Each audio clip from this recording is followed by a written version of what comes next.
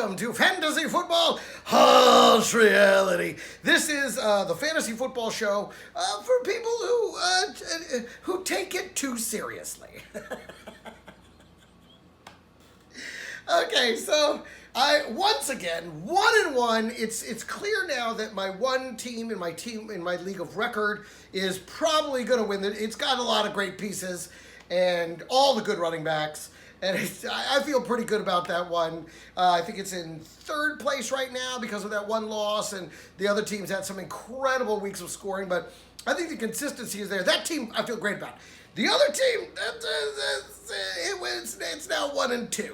And again, remember I always talk about how week one is an aberration, how week one is not how the rest of the week plays out. Well, of course, the one loss in my team that's doing great, week one, and the one win in my team that's doing terrible, week two.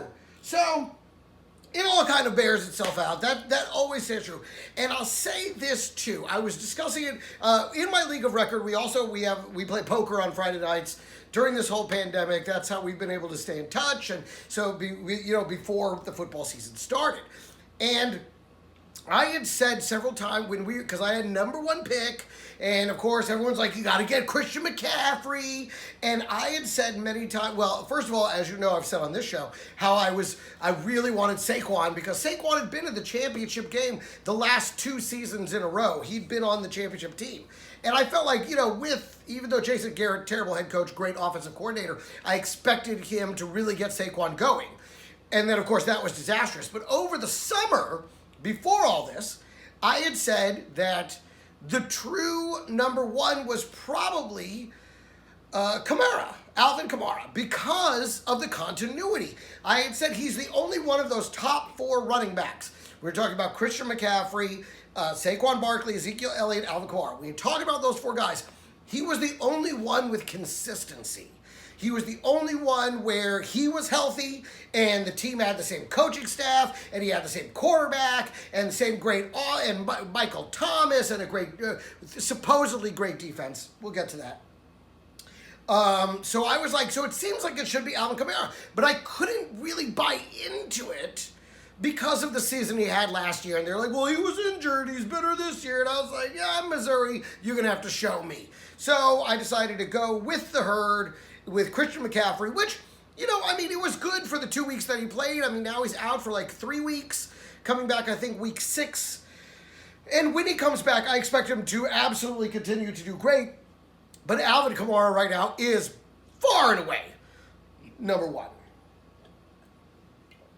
But let's start this week. Let's start the review with a few I told you so's.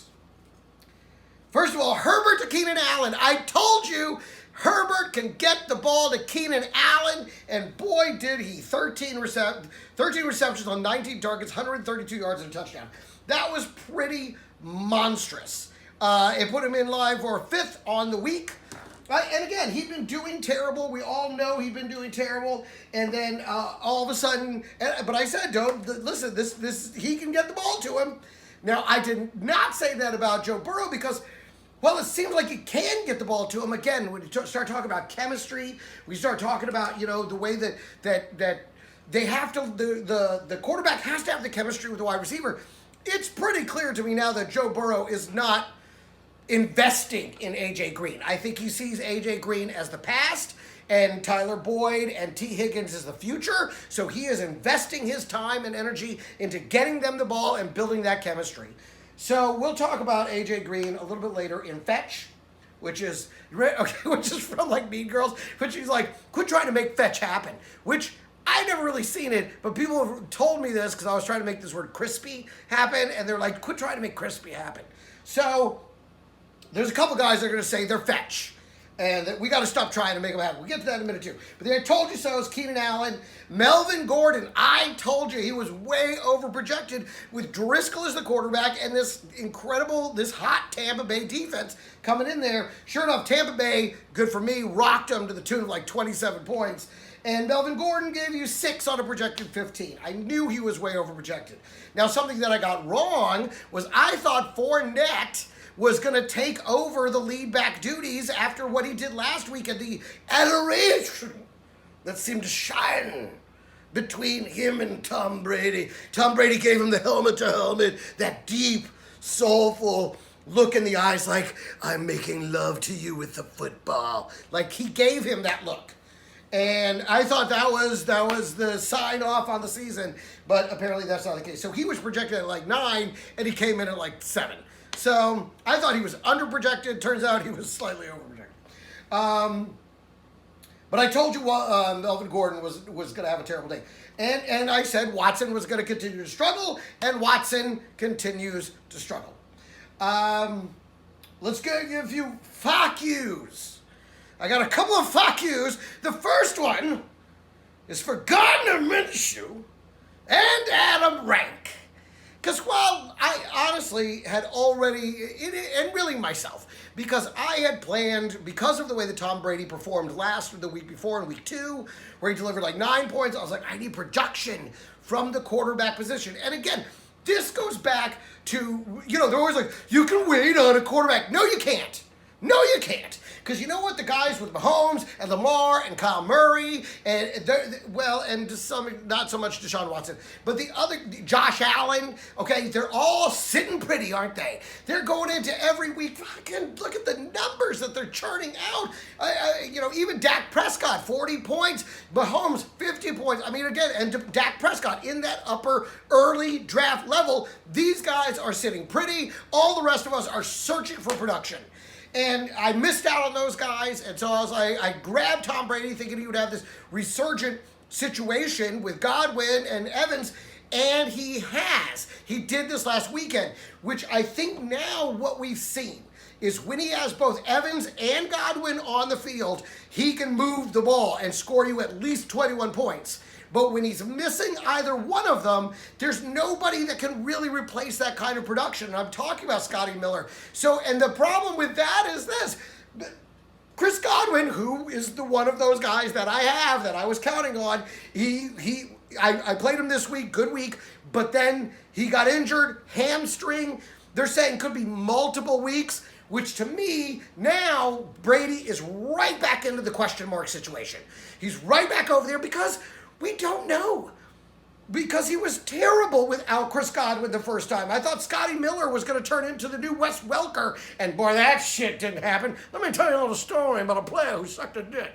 So, not great. And when you look at the receivers, the 2 of the top 3 receivers this week are on the free agency wire. Justin Jefferson and Cedric Wilson. Cedric Wilson, I never even heard of him. And then Justin Jefferson, I had him on my Comedians League, and I let him go because it seemed to me the chemistry was so missing, and they were force-feeding the ball to Thielen. I was like, it's going to be week 7, 8 before this Justin Jefferson thing comes online. But anyway, but it came online this week, and he was the first one to have the big of the wide receiver, the freshman wide receivers, to have that big breakout day with 7 receptions, 9 targets, 175 yards and a touchdown. So, I mean, the kid went bananas. So, but the fuck you. Let's go back to the fuck you. Gardner Minshew, and again, so Tom Brady didn't trust him. I should have played him when I had the chance. I would have won that game if I played Tommy. Instead, I played Gardner Minshew because, first of all, I was like, okay, this guy's on fire. He's thrown 3+ touchdowns, and it was against Miami. You know what it is? Okay, have you ever had Banana OG? Banana OG Kush, okay? Because Banana OG, you buy it, and it's frosty, and it's gorgeous buds, and you crack it, you put them, and then you smoke them, and you're like, okay, where's the,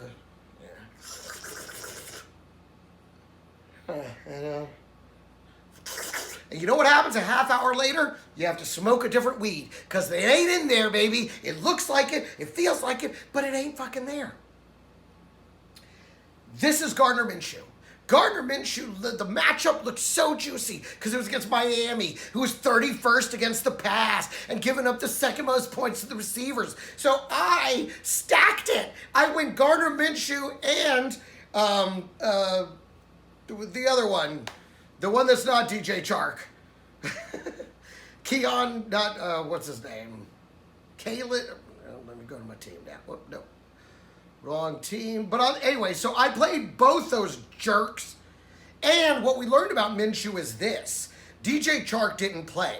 So the guy that I had winds up becoming the de facto wide receiver 1. And the Connolly guy ends up becoming wide receiver 2. And guess what? All he could do is throw to wide receiver 2, which was when Chark was in. All he could do was throw to Keelan Cole. Keelan Cole, that's his name. Who's the guy I had because he was a wide receiver 2. And so what I've learned about this is that Gardner Minshew fears wide receiver 1 coverage. Whoever that guy is, he's looking to wide receiver 2, who he thinks is the easier guy to get past. And clearly that's the way his mind works. Because when it was DJ Chark, Keelan Cole got all that, then Keelan Cole stepped up, and it became this Conley guy, and he was getting all the targets. And I put that on Minshew. But more than anything, I put it on Adam Rank. You cocksucker. Who actually, I love Adam Rank. I know him personally. He's a great guy and a hell of a fantasy football analyst. And so funny. He's a good comedian, too. I don't know if you've ever seen him, but he's actually a very funny comedian. But he was selling hard on Minshew. He was like, there are very few quarterbacks. He made a list. I would start Minshew over all these quarterbacks. And of course, you know, the reason I do this podcast, the reason I watch his stuff, because you want somebody to kind of like, to confirm what you're thinking. You know, and I was like, right? It's got it so juicy. It's gotta be, dust, killing me.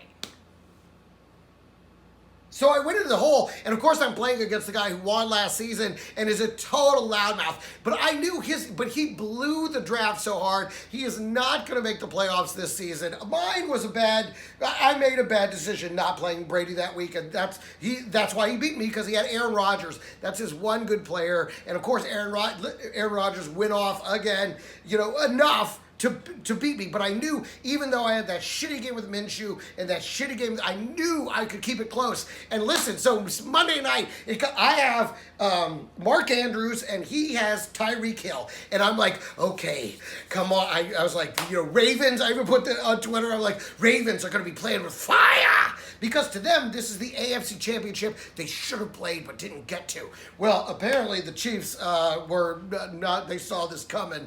And they're like, well, we're just going to prove that we would have stomped your ass in the AFC Championship game, because they blitzed, they got after him, Mahomes just put him on their heads, and it left Tyreek way open on the backside. Now, Mark Andrews had the targets, okay? He had the shot, the big shot of the end zone, everything that would have put me in position to win, and he couldn't catch the ball, because if this Lamar Jackson, Patrick Mahomes thing if this is the new Brady Manning thing, well, I think it's clear now that Mahomes is Brady and Lamar Jackson is Peyton Manning.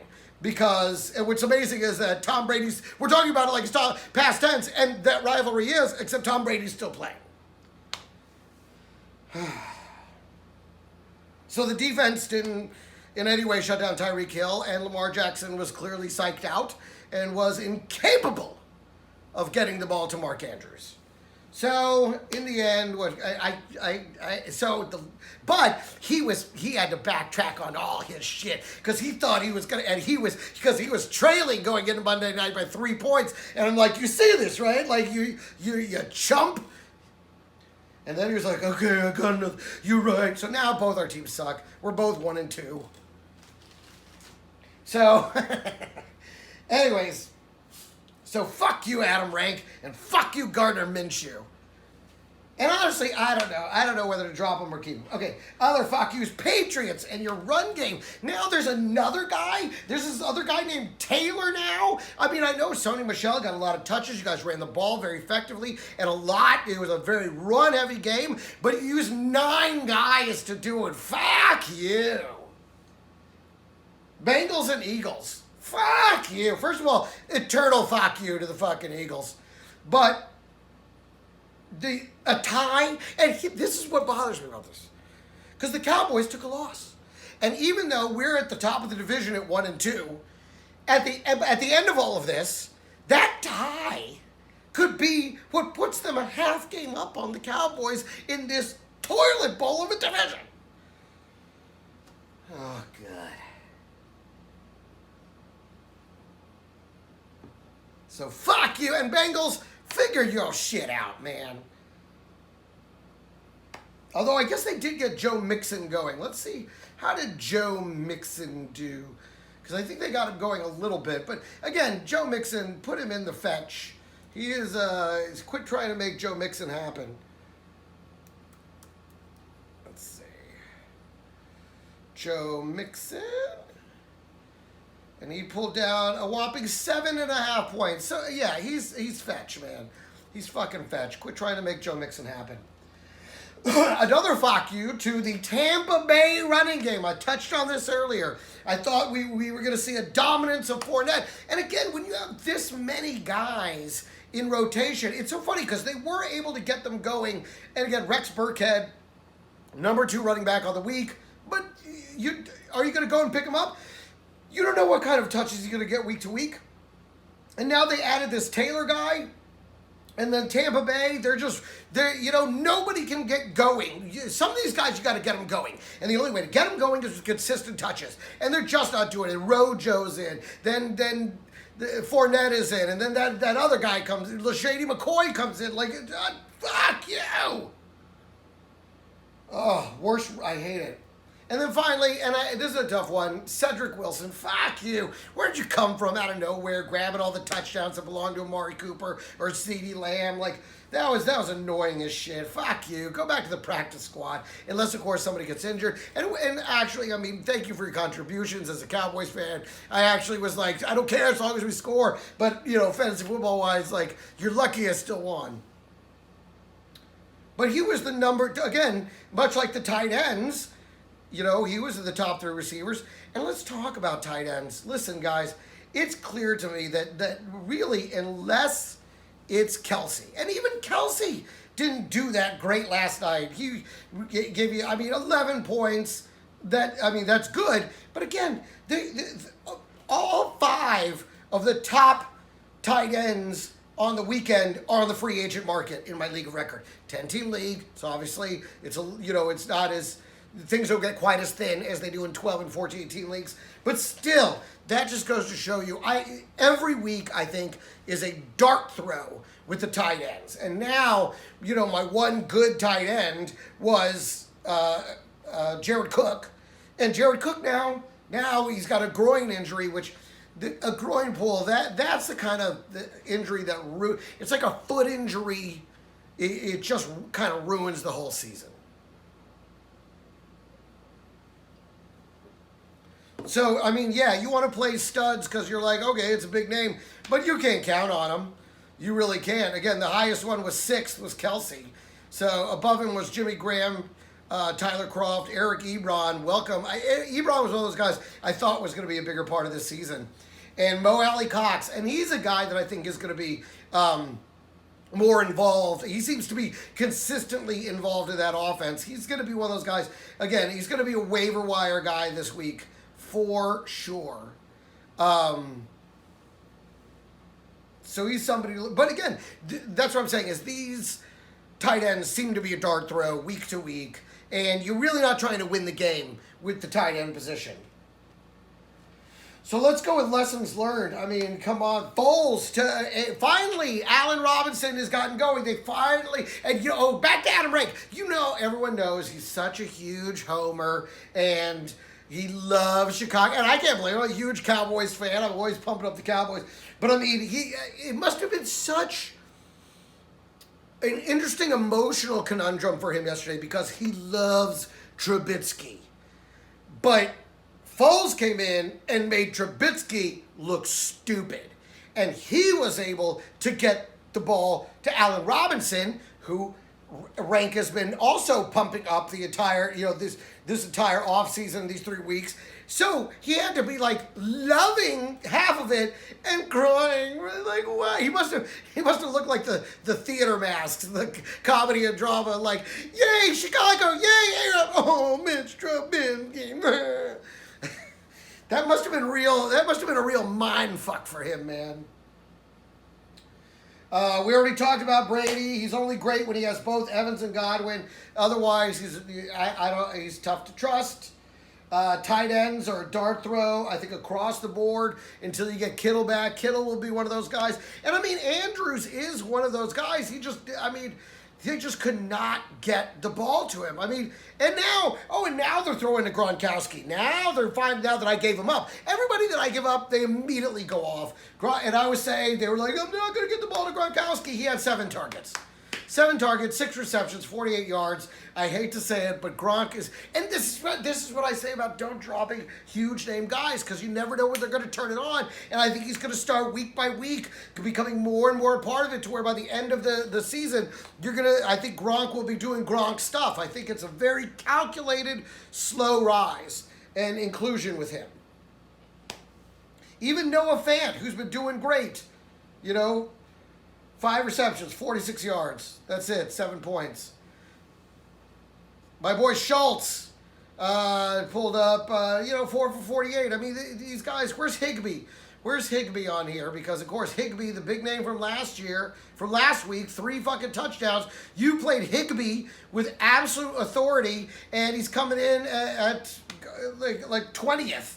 Beneath Hawkinson, beneath Gronk, Gesicki, Kyle Rudolph, Mercedes Lewis, beneath all those guys, bringing in 7 lousy points, 2 receptions for 40 yards. And this is probably a guy that you started with absolute confidence.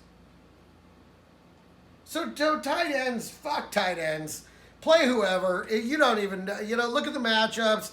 Try and find a decent matchup. You don't know. That Tyler Kroft is rostered on 0% of leagues on Yahoo. And you read his analysis, and they're like, but listen, don't read too much into it, because the other guy's going to come back, and then no more Kroft. But Kroft was there last year. I don't know. Kroft may get a chance to stay in the game now. I think one of the other things we learned was that Atlanta loves to collapse. Oh, my God. You think it's hard being a fan of whatever team you're a fan of. But at least the Cowboys... When they're good, and when they suck, they suck.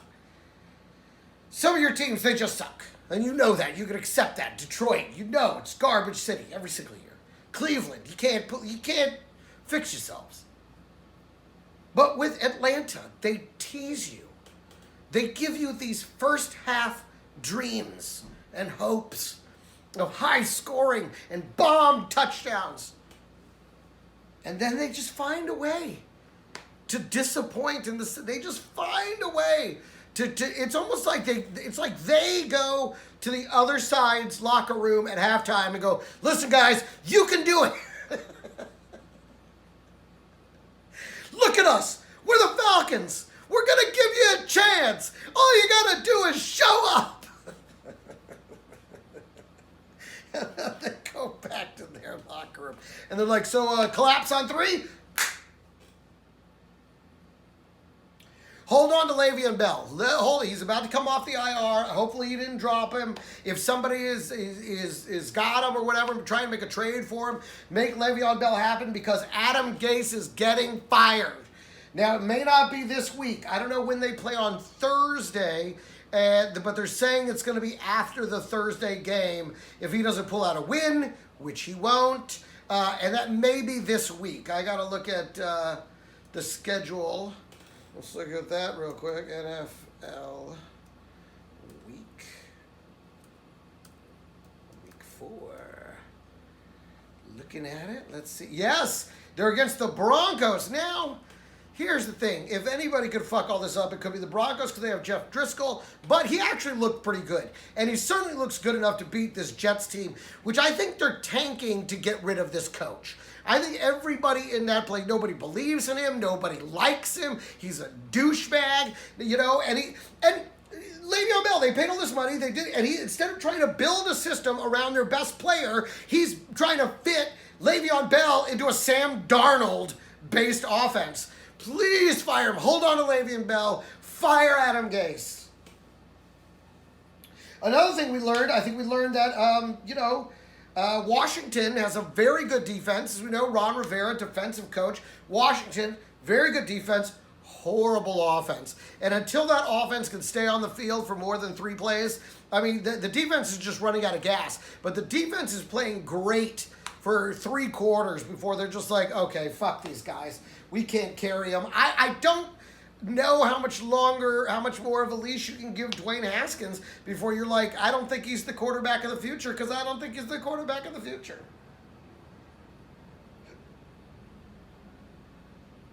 He's certainly not looking like it. He can't get the ball to Terry, Scary Terry. I mean, McLaurin. It's not working out. I don't think, and again, I don't think, because Ron Rivera is a defensive coach, I don't think he's going to have to think about it for too long before he's like, okay, you're out. So, but I mean, they're not going to put in Alex Smith. I think they have somebody else. We'll have to look at that depth chart. Not that it really matters.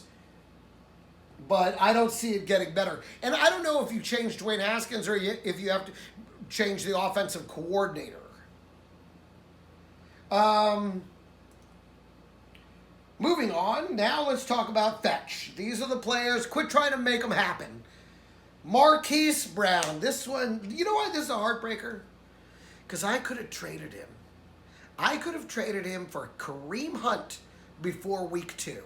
But Kareem Hunt had already played and played great. But I was still believing in Marquise Brown.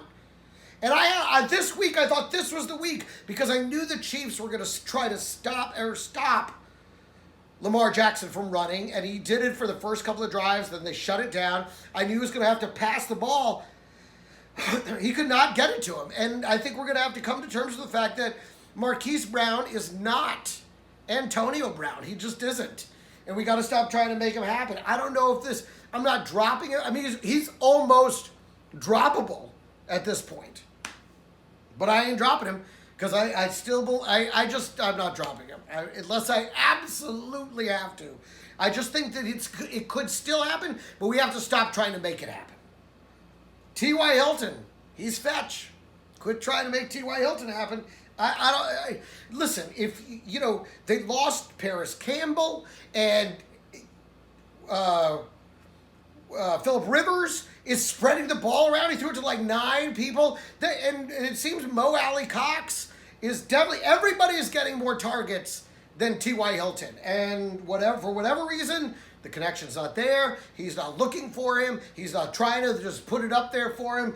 T.Y. Hilton, you Fetch. Quit trying to make Fetch happen. Trubisky.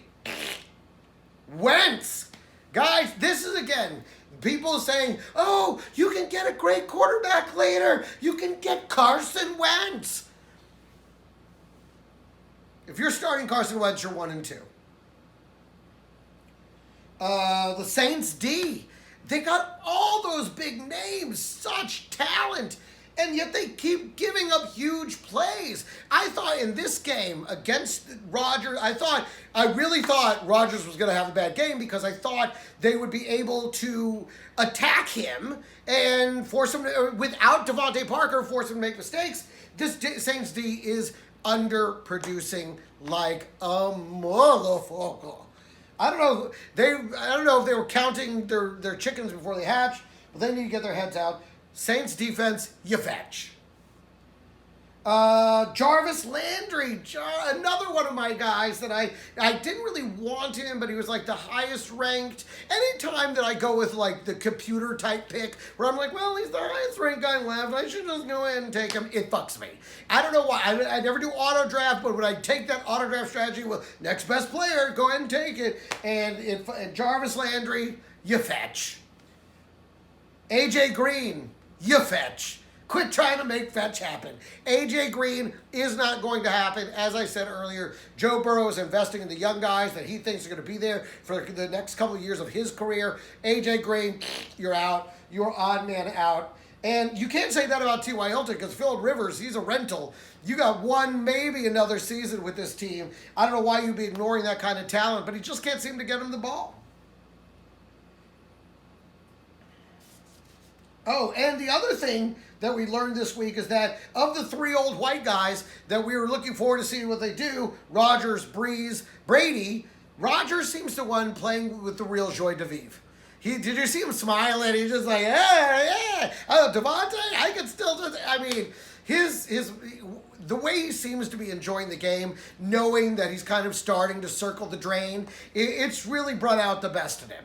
And it is all relative to Jordan Love being there and realizing, oh, okay, I bet I should, and him just enjoying the game, it's the best he's looked in a long time, and I have to admit that. I thought this week he would float back down to earth again, but nope. And you know, we saw Breeze actually had a pretty good game without Michael Thomas, so maybe we're starting to see the Breeze thing happening because, again, Traquan Smith, he didn't use so much, but he, and again, a little bit of Emmanuel Sanders, but so long as Alvin Kamara is catching it, those all count as pass plays, so he's getting tons of production just by throwing it sideways to Alvin Kamara. And Tom Brady, again, now that he's lost Godwin, I feel like we're headed for another dip in the road with him. Oh, Brady. Why do I buy the hype every year? I get all I was only on Baker and Jarvis and Odell last season and then this season with Brady and the new thing with all the weapons. And it's like, I'm like, oh, I want in on this. And then it's just fucking right in the ear. Waiver wire guys, Justin Jefferson, Jimmy Graham, Lazard, Brian Hill out of Atlanta. It's so funny. Brian Hill was just making Todd Gurley look stupid. So I tweet that Brian Hill is making Todd Gurley making your draft pick look useless. And then Todd Gurley read that. Apparently, he read my tweet and was like, fuck Greg. Agreed. And he went out and scored a touchdown and had his best game. So, but I think Brian Hill is the future. You know, Todd Gurley, he looks slow. And I think when he starts to look slow, they bring in Brian Hill. He looks fast. And I think more or less it's going to continue to shift more over to Brian Hill. Croft, we'll see if he becomes part of the offense. People say he isn't, but I say go ahead and pick him up now. Or him and Mo Alley Cox. I think there's the best consistency right now I think we're seeing is actually with Mo Alley Cox, the tight end for the Colts. I wouldn't pick these guys up off of the waiver wire, but you want to keep an eye on Cedric Wilson, Renfro, and Isabella out of Arizona because they seem to be kind of becoming those other go-to guys in a pinch situation. Isabella bringing down, I think, 2 touchdowns this week. Obviously, that's probably the only time that happens this season, but it seems like that chemistry's there, and when they're locking down Nuke Hopkins, Isabella's the guy. So you're wondering if it's going to be Fitzgerald. You're wondering if it's going to be the other guy that was hot for a minute last season. But no, it looks like it's going to be Isabella. All right, Christian Kirk. That was the guy I was looking for. All right, that's it. Pick up those guys. Get your shit together. And let's hope that the Jets absolutely get run out on a rail on Thursday night, and Adam Gase goes with them. Remember, follow this podcast. You can see it on my YouTube for the video. You can also see the video on the Instagram for, you can follow FFHR, Fantasy Football Harsh Reality Podcast, FFHR Podcast on Twitter. And on Twitter, I do the live tweets about the games. And I think that's it. All right. Go get them. You know, week 4 goes so fast.